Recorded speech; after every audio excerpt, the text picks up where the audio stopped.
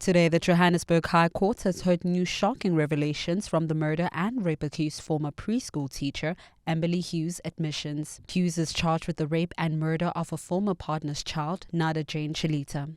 Chalita's body was found floating in a bathtub in the Bedford View apartment she and her father, as well as his partner, lived in 2023. My intention initially was to plead guilty on the murder. However, due to incidents and occurrences beyond my control, I decided not to plead guilty on the murder.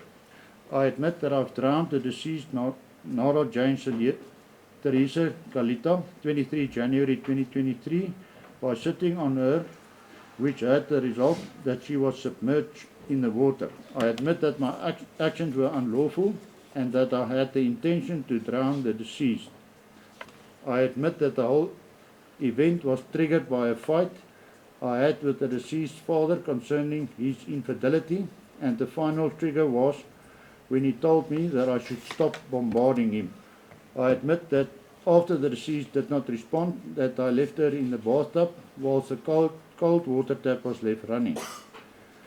I admit that I then went outside and attempted to hang myself, but that I could not find a suitable rope. You want to know how I'm really feeling? I'll tell you how I'm really feeling. Now I know legally that she killed my child.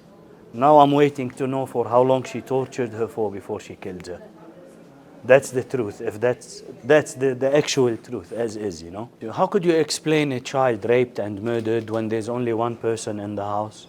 And someone crying, no, I'm innocent for 2.5 years. Where's the logic in this?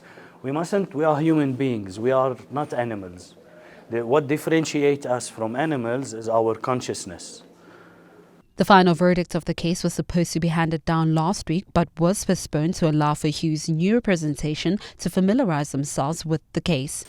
The matter is postponed to 7 August 2025 for closing argument in the light of the recent admissions. The defense will file its supplementary heads on 29 July 2025 and the state will reply by 1 August 2025. The accused will remain in custody.